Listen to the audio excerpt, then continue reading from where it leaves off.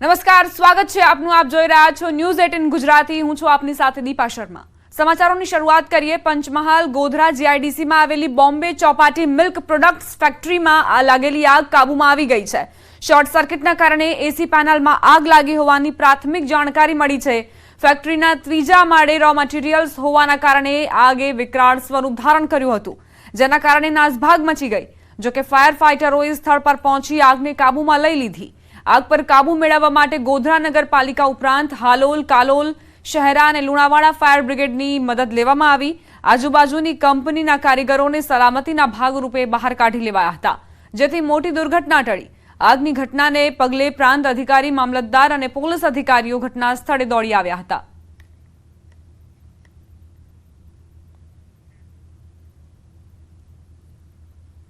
વિસ્તારની અંદર બોમ્બે ચોપાટી નામની જે કંપની છે જે આઈસ્ક્રીમ બનાવવાનું કામ કરે છે, એના કંપનીની અંદર આગ લાગી છે ત્રીજા માળે. અને એની જાણ થતાં સવા કલાક પહેલા આગ લાગી. જાણ થતાની સાથે ગોધરા ફાયર ડિપાર્ટમેન્ટના ટેન્ડર અહીંયા પહોંચી ગયા છે અને આગ કંટ્રોલમાં કરવાની કોશિશ કરી રહ્યા છે. એની સાથે સાથે આપણે કાલોલની પણ ફાયર ટેન્ડરની ટીમ આવી ગઈ છે. હાલોલ અને લુણાવાડાની ટીમ અત્યારે રસ્તામાં છે. Fire safety officer, police, revenue દરેક ડિપાર્ટમેન્ટ અહીંયા આવી ગયા છે અને આજુબાજુની જે કંપનીના વર્કર્સ છે એમને પણ બહાર સેફટી પર્પઝ બહાર કાઢી લીધા છે અને સ્થિતિ જલ્દીથી કંટ્રોલમાં આવે એવા પ્રયાસો ચાલે છે. તો પંચમહાલમાં જીઆઈડીસીમાં જે આગ લાગી હતી, આગે વિકરાળ સ્વરૂપ ધારણ કર્યું હતું, પરંતુ હવે ફાયર વિભાગની મહેનત રંગ લાવી છે અને સાથે જ આગ પર કાબુ મેળવી લેવામાં આવ્યો છે. બોમ્બે ચોપાટી મિલ્ક પ્રોડક્ટ્સ ફેક્ટરીમાં આગ લાગી હતી અને આસપાસના વિસ્તારના જે ફાયર ફાઇટરો હતા તેમની પણ મદદ લેવામાં આવી. કાલોલ, હાલોલ, શહેરાથી ફાયર વિભાગના જે જવાનો છે તે પહોંચ્યા હતા અને યુદ્ધના ધોરણે કામગીરી કરવામાં આવી, જેથી આ આગ પર કાબુ મેળવી શકાય. આગ ખૂબ જ વિકરાળ હતી, ખૂબ જ ભીષણ હતી અને આસમાનમાં ધુમાડાના ગોટે ગોટા જોવા મળતા હતા. આસપાસના વિસ્તારમાં પણ લોકોને અસરો જોવા મળી હતી અને અફરાતફરીનો માહોલ સર્જાયો હતો. આગ કઈ રીતે કાબૂમાં લેવી તે એક મોટો પ્રશ્ન હતો. ફાયર વિભાગના જવાનોએ આ કામગીરી કરી અને ત્યારબાદ જે આગ છે તેને કાબૂમાં લઈ લીધી. સંવાદદાતા રાજેશ જોશી જોડાઈ ગયા છે વધુ જાણકારી સાથે. રાજેશ, ગોધરા જીઆઈડીસીમાં જે આગની ઘટના બની, અત્યારની શું સ્થિતિ? ચોક્કસથી વાત કરવામાં તો ગોધરા જીઆઈડીસી વિસ્તારમાં આવેલી જે બોમ્બે ચોપાટી આઈસ્ક્રીમ પ્લાન્ટ છે તેમાં આગ લાગી હતી. ત્રીજા મજલા પર આગ લાગી હોવાથી એક તબક્કે દોડધામ મચી ગઈ હતી. સાથે સાથે જે ફાયર ફાઇટરો છે તેની મદદ લેવામાં આવી હતી અને આજુબાજુની જે કંપનીના કર્મચારીઓ હતા, કામદારો હતા, તેઓને પણ ત્યાંથી સલામત રીતે ખસેડી લેવામાં આવ્યા હતા. લુણાવાડા, ગોધરા, હાલોલ, કાલોલ સહિતની જે ફાયર ફાઇટરોની ટીમો હતી તેઓ દ્વારા ભારે જહેમત બાદ અંદાજિત 10 થી વધુ જે ફાયર ટેન્ડર છે તેના વડે પાણીનો મારો ચલાવી અને આગ ઉપર હાલ કાબુ મેળવી લેવાયો છે, જેને લઈને હાલ હવે રાહતનો શ્વાસ લીધો છે. જી, આભાર રાજેશ જાણકારી આપવા માટે. મોરબી તાલુકાના રફાળેશ્વર નજીક હાઈવે પર ફેક્ટરીમાં ભીષણ આગ લાગી. વિનાયક કોર્પોરેશન નામની પ્લાસ્ટિકની ફેક્ટરીમાં ભીષણ આગના સમાચાર. મોટા પ્રમાણમાં લાગેલી આગમાં અનેક ફેક્ટરીઓ હોમાઈ. સરોવર પોર્ટિકો હોટેલની નજીક આવેલી ફેક્ટરી પણ આગની ચપેટમાં આવી ગઈ. મોરબી ફાયર વિભાગની ટીમ ઘટના સ્થળે પહોંચી છે અને આગને ઓલવવાના પ્રયત્નો શરૂ કરવામાં આવ્યા છે. આગ એટલી વિકરાળ હતી કે તેના ધુમાડાના ગોટે ગોટા આસપાસના વિસ્તારથી પણ જોવા મળી રહ્યા છે. મોરબી ફાયર ફાઇટર ઘટના સ્થળે છે. આગને ઓલવવાના પ્રયત્નો હાથ ધરવામાં આવ્યા છે, પરંતુ આગે ખૂબ જ વિકરાળ સ્વરૂપ ધારણ કરી લીધું છે. એટલે ફાયર વિભાગના જવાનો માટે પણ આ એક મોટો પડકાર. પ્લાસ્ટિકની ફેક્ટરીમાં આગ લાગી અને તેણે વિકરાળ સ્વરૂપ ધારણ કર્યું. પ્લાસ્ટિકના કારણે જ આ જે આગ છે તે વિકરાળ બની, ભીષણ બની. મોરબી હાઈવે પર આ ફેક્ટરી આવેલી હતી અને તેમાં આગની ઘટના બની છે. સમાચાર વડોદરાથી. વડોદરાના ખાસવાડી સ્મશાન પાસે આવેલા જાડી ઝાંખરામાં આગ લાગી. આગ લાગતાની સાથે જ ધુમાડાના ગોટે ગોટા ઉડ્યા. આગનો કોલ મળતા ફાયર બ્રિગેડની 2 ટીમ ઘટના સ્થળે પહોંચી પાણીનો મારો ચલાવી ભારે જહેમત બાદ આગ પર કાબુ મેળવાયો. ખાસવાડી સ્મશાન પાસે જાડી ઝાંખરામાં આગ લાગવાનું કારણ અકબંધ. આગના બનાવને પગલે લોકોના ટોળે ટોળા ઉમટ્યા.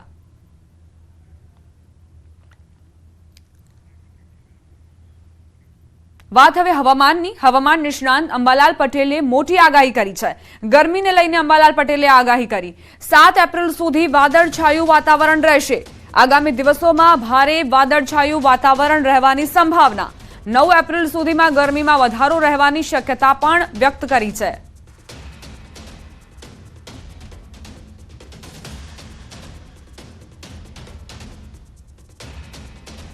આગામી દિવસોમાં હમણાં તારીખ 7મી એપ્રિલ સુધીમાં વાદળ જવાની શક્યતા રહે છે. તારીખ 9મીથી મહત્તમ ઉષ્ણ તાપમાનમાં વધારો થશે.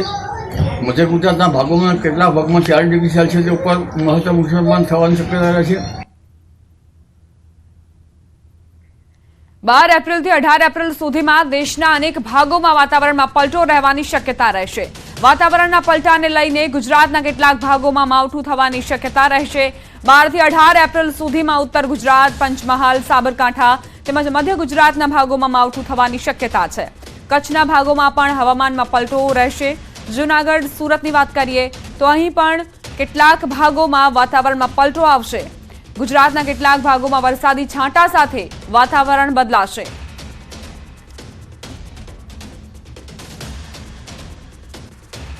બારથી 18માં પૂર્વ ગુજરાતના ભાગો, પંચમહાલના ભાગો, સાબરકાંઠાના ભાગો, અમદાવાદના ભાગો તેમજ મધ્ય ગુજરાતના ભાગોમાં માવઠું થઈ શકે છે અને કચ્છના ભાગમાં પણ હવામાનમાં પલટો આવી શકે છે.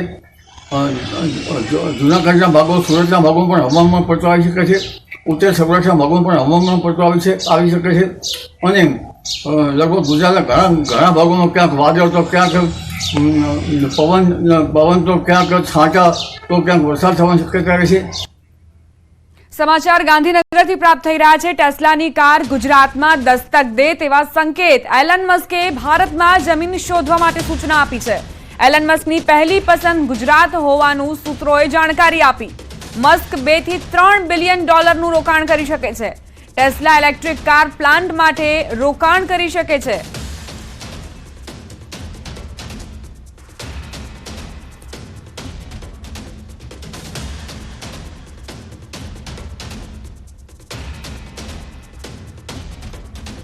સંવાદદાતા ગીતા મહેતા જોડાઈ ગયા છે વધુ જાણકારી સાથે. ગીતા, એલન મસ્કની પહેલી પસંદ ગુજરાત હોવાની જાણકારી સૂત્રોએ આપી છે. વધુ શું વિગતો? ગત વાગે ગુજરાત સમયે જેવી કે એલોન મસ્ક ટેસ્લા કારના ઉત્પાદન માટે ગુજરાતની પસંદગી કરી શકે છે. ગુજરાત આવીને એગ્રો કરી શકે છે, પરંતુ તે સમયે શક્ય નથી બન્યું. પરંતુ ફાઇનલી હવે સૂત્રો દ્વારા જે ઓથેન્ટિક માહિતી મળી છે એ છે કે એલોન મસ્કે તેની ટીમને ભારતમાં જમીન શોધવા માટે કહ્યું છે. તેઓ ટેસ્લા ઇલેક્ટ્રિક કારના પ્લાન્ટ માટે $2 થી $3 બિલિયન રોકાણ ભારતમાં કરી શકે છે અને સૂત્રોનું માને તો ગુજરાત આ તેની પ્રથમ પસંદગી છે. ભારતમાં જે જમીન શોધવાની વાત છે એમાં સૌપ્રથમ તેઓ ગુજરાત ખાતે દસ્તક દઈ શકે છે. ગુજરાત સરકાર સાથે તો પરામર્શ કરી શકે છે અને ગુજરાત સરકાર સાથે જો તેની મંત્રણાઓ ફેલ થાય તો પ્લાન્ટ માટે યોગ્ય જમીન ન જણાય તેઓ ગુજરાત બહાર અન્ય રાજ્યમાં પકડાટ કરી શકે છે. પરંતુ એટલી વાત નિશ્ચિત છે કે ભારતમાં હવે ટેસ્લા કારનો પ્લાન્ટ. આભાર ગીતા જાણકારી આપવા માટે. હવે આગળ વાત મહાસંગ્રામની.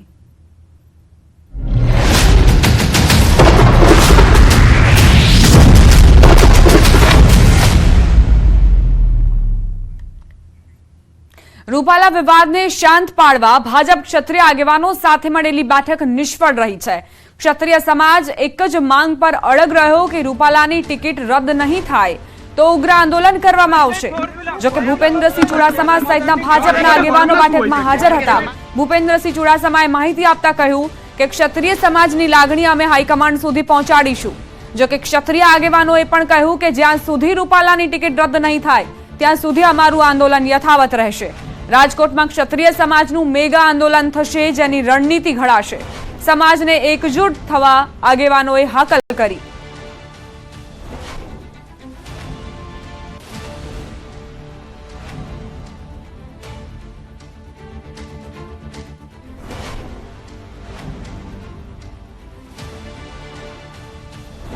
રાજકોટ ક્ષત્રિય સમાજની મળેલ બેઠકના મામલે વધુ જાણકારી એ કે સોશિયલ મીડિયામાં કડવા પાટીદારોએ મેસેજ શરૂ કર્યા. મહિલા ભાજપ અને કડવા પાટીદાર અગ્રણી જ્યોતિ ટિલવાએ પોસ્ટ કરી. પોસ્ટમાં લખ્યું, 2 વાર માફી માંગ્યા પછી પણ આટલું ઇશ્યુ કરે તે વ્યાજબી ન કહેવાય. ચાલો મારા ભાઈઓ અને બહેનો જાગો અને રૂપાલા સાહેબને સાથ આપીએ. અન્ય પાટીદાર યુવકોએ રૂપાલાની તરફેણ કરતી કોમેન્ટ્સ લખી છે. ક્ષત્રિય વિવાદ બાદ હવે જાણે કે બે ભાગ પડી રહ્યા હોય તે પ્રકારની સ્થિતિ, અને બની શકે કે પાટીદાર વર્સસ ક્ષત્રિય પણ આખો મામલો બને. અમારા સંવાદદાતા અંકિત જોડાઈ ગયા છે વધુ જાણકારી સાથે. અંકિત, સોશિયલ મીડિયામાં કેટલાક મેસેજ વાયરલ થઈ રહ્યા છે, શું જાણકારી? ચોક્કસ ખાસ કરીને વાત કરવામાં આવે તો જે પ્રમાણે ક્ષત્રિય સમાજની અને સરકારના જે ક્ષત્રિય સમાજના જે આગેવાનો હતા, રાજકીય આગેવાનો હતા, તેમની જે બેઠક મળી હતી ને બેઠકનું જે પરિણામ આવ્યું છે, ત્યારબાદ હવે રાજકોટ શહેરના ભાજપના મહિલા અગ્રણી અને સાથોસાથ ઉમિયા મહિલા સંગઠન સિત્સર રાજકોટના જે પ્રેસિડેન્ટ છે જ્યોતિ ટીલવા, તેમણે પોતાના ફેસબુક પર એક પોસ્ટ મૂકી છે ને જેમાં લખ્યું છે કે બે વાર માગ્યા પછી પણ આટલો ઇસ્યુ કરે તે વ્યાજબી ના કહેવાય. ચાલો મારા ભાઈઓ અને બહેનો જાગો અને રૂપાલા સાહેબને સાથ આપીએ. તો ત્યારે કેટલીક કોમેન્ટ્સ છે કે જે પરસોત્તમ રૂપાલાના ફેવરની અંદર જોવા મળી રહી છે. સાથોસાથ વાત કરવામાં આવે તો રાજકોટ લોકસભા મત વિસ્તારની તો લેવા પાટીદાર જે લોકો છે તેમના મતોની સંખ્યા ખૂબ જ વધુ છે, એટલે કે 3.5 લાખથી પણ વધુ લેવા પાટીદારના મતદાતાઓ છે. બીજા નંબર ઉપર કોળી સમાજના મતદાતાઓ છે, જ્યારે કે ત્રીજા નંબર ઉપર કડવા પટેલના મતદાતાઓ છે કે જેમની સંખ્યા છે 1,91,000થી પણ વધુની આ સંખ્યા છે. તો આગામી દિવસોની અંદર ક્ષત્રિય વર્સિસ પાટીદાર નો માહોલ છે તે અહીં ચોક્કસ રાજકોટ લોકસભા વિસ્તારની અંદર જોવા મળી શકે તેમ છે. આભાર અંકિત જાણકારી આપવા માટે. તો એક તરફ ક્ષત્રિય સમાજ વિરોધ કરી રહ્યો છે અને એ વિરોધ યથાવત છે. આજે જે બેઠક કરવામાં આવી છે ભાજપના નેતાઓ સાથે તે પણ નિષ્ફળ રહી, અને સાથે જ ક્ષત્રિય સમાજે કહ્યું કે આ અંતિમ બેઠક છે, હવે માત્ર ને માત્ર અમારો વિરોધ ત્યારે જ અટકશે જ્યારે રૂપાલાની ટિકિટ રદ કરવામાં આવશે. બીજી તરફ પાટીદારોએ સમર્થન જારી કર્યું છે અને સોશિયલ મીડિયામાં એવી પોસ્ટ કરવામાં આવી છે કે ભાઈઓ બહેનો આગળ આવો અને રૂપાલાજીને સાથ આપો. હવે એ જોવાનું રહ્યું કે આખરે આ વિવાદનો અંત ક્યારે આવશે અને કેવી રીતે આવશે, કારણ કે દિવસે ને દિવસે આ વિવાદ વધતો જઈ રહ્યો છે.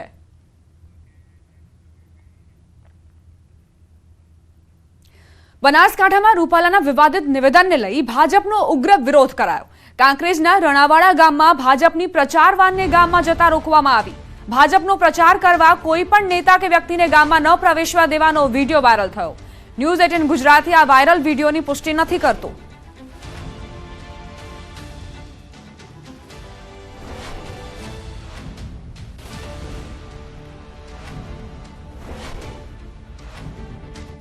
રૂપાલાના વિવાદિત નિવેદનને લઈ સમગ્ર ક્ષત્રિય સમાજમાં રોષ ભભૂકી ઉઠ્યો છે.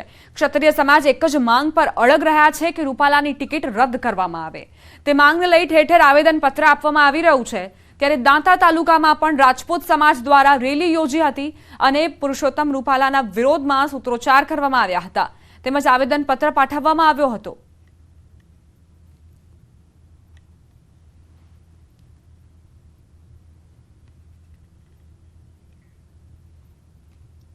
અત્યારે ગુજરાતમાં ઠેર ઠેર જગ્યાએ આવેદનપત્ર અપાઈ રહ્યા છે, ત્યારે આજે દાંતા તાલુકા રાજપૂત સમાજ દ્વારા પ્રાંત સાહેબને આવેદનપત્ર આપી અને અમે માગણી કરેલી છે કે પુરુષોત્તમભાઈ રૂપાલાની ટિકિટ રદ કરવામાં આવે.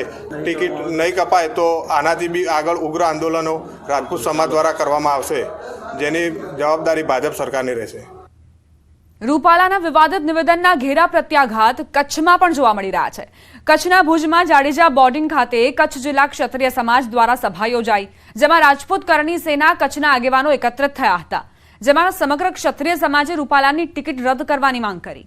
રૂપાલાના નિવેદનથી રાજપૂત સમાજની મહિલાઓનું સ્વાભિમાન ઘવાયું છે.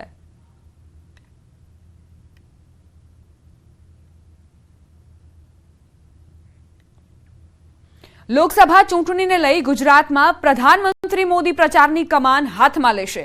રાજ્યના 12 જેટલી જાહેર સભા તથા રોડ શો કરવાના છે. પ્રધાનમંત્રી મોદી ભાજપ ટૂંક સમયમાં 8 મહાનગરો અને લોકસભા ક્લસ્ટર મુજબ કાર્યક્રમની જાહેરાત કરશે. 15 એપ્રિલ આસપાસ ગુજરાતમાં પ્રધાનમંત્રી મોદીની પ્રથમ રેલી યોજાશે. અમિત શાહ, જેપી નડ્ડા, યોગી આદિત્યનાથ સહિતના સ્ટાર પ્રચારકો પણ ગુજરાતમાં પ્રચાર માટે ઉતરવાના છે.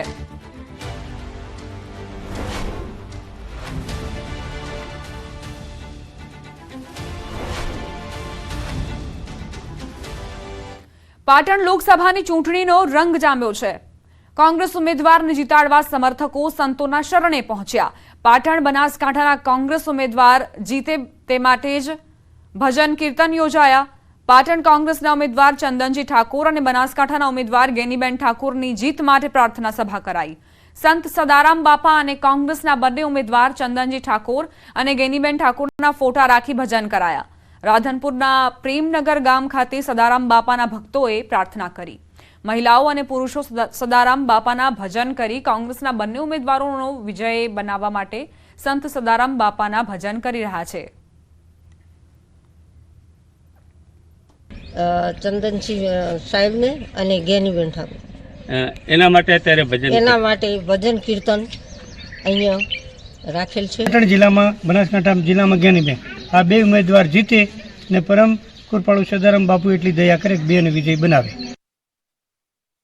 લોકસભા ચૂંટણીનું બ્યુગલ વાગી ચૂક્યું છે ત્યારે ભાવનગર લોકસભા બેઠકના ઉમેદવાર ઉમેશ મકવાણાના કાર્યાલયનો ઉદ્ઘાટન કાર્યક્રમ યોજાયો હતો.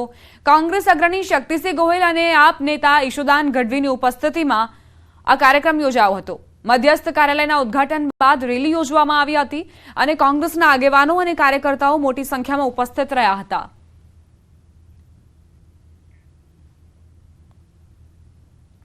ઇન્ડિયા ગઠબંધન વૈચારિક રીતે એક થયેલા એવા લોકો છીએ કે જેમને સ્વાર્થ માટે નહીં દેશની ચિંતા કરીને એકત્રિત થયા છે. ત્યારે અહીં દલો કા નહીં દિલો કા મિલન એ રીતે કામ કર્યું. એટલે પીએમએલએ અંતર્ગત જેલમાં નાખીને આમ આદમી પાર્ટીને ખતમ કરવાનું ષડયંત્ર કર્યું. સાથે સાથે ઇન્ડિયા ગઠબંધનના તમામ લીડરો 26 બેઠક કઈ રીતે જીતી શકીએ એના માટે અમે લાગી પડ્યા છીએ. સમાચાર મોરબીથી કાજલ હિન્દુસ્તાનીના નિવેદન બાબતે પાટીદાર સમાજે મહત્વની બેઠક બોલાવી. મોરબી પાટીદાર સમાજના અગ્રણીઓ, મોભીઓ, ઉદ્યોગપતિઓની ઉપસ્થિતિમાં બેઠક યોજાઈ. આગામી 9 એપ્રિલના રોજ મોરબીમાં પાટીદાર સમાજનું મહાસંમેલન યોજવાની જાહેરાત કરાઈ છે. મોરબી પાટીદાર સમાજે બદનક્ષીની દાવા અરજી મોરબી કોર્ટમાં દાખલ કરી છે. હજુ કાજલ હિન્દુસ્તાનીના નિવેદન મામલે પાટીદાર સમાજ લડી લેવાના મૂડમાં. વડોદરામાં ગર્લ્સ સમરસ હોસ્ટેલમાં ગેરવહીવટ થતો હોવાનો વિદ્યાર્થીનીઓએ આરોપ કર્યો છે.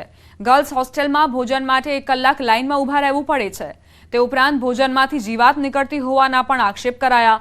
સમગ્ર મામલે કિચન સ્ટાફને રજૂઆત કરાતા તેઓ દ્વારા વિદ્યાર્થીનીઓને સામે સવાલો કરાતા હોવાના આક્ષેપ પણ કરાયા છે. ભોજન માટે કલાકથી લાઇનમાં ઊભા રહ્યાનો વિદ્યાર્થીનીઓએ વિડીયો બનાવી વાયરલ કર્યો. સમગ્ર મામલે વહીવટી તંત્ર તરફથી તમામ આક્ષેપો ખોટા હોવાનો દાવો કરાયો.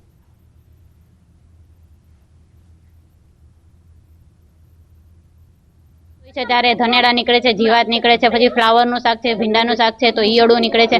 6 થી 10 4 કલાક પાણી આપવું જોઈએ, એની જગ્યાએ 1 કલાક જ પાણી આવે છે, 1 કલાક જતું રહે છે. અત્યારે બી 12 વાગે પાણી જતું રહે, પછી સીધું 5 વાગે ચાલુ થાય છે અને આખી રાત પાણી નહીં ચાલુ હતું. 11 વાગે એ લોકો ઉપરથી વાલ બંધ કરી દે છે પાણીના.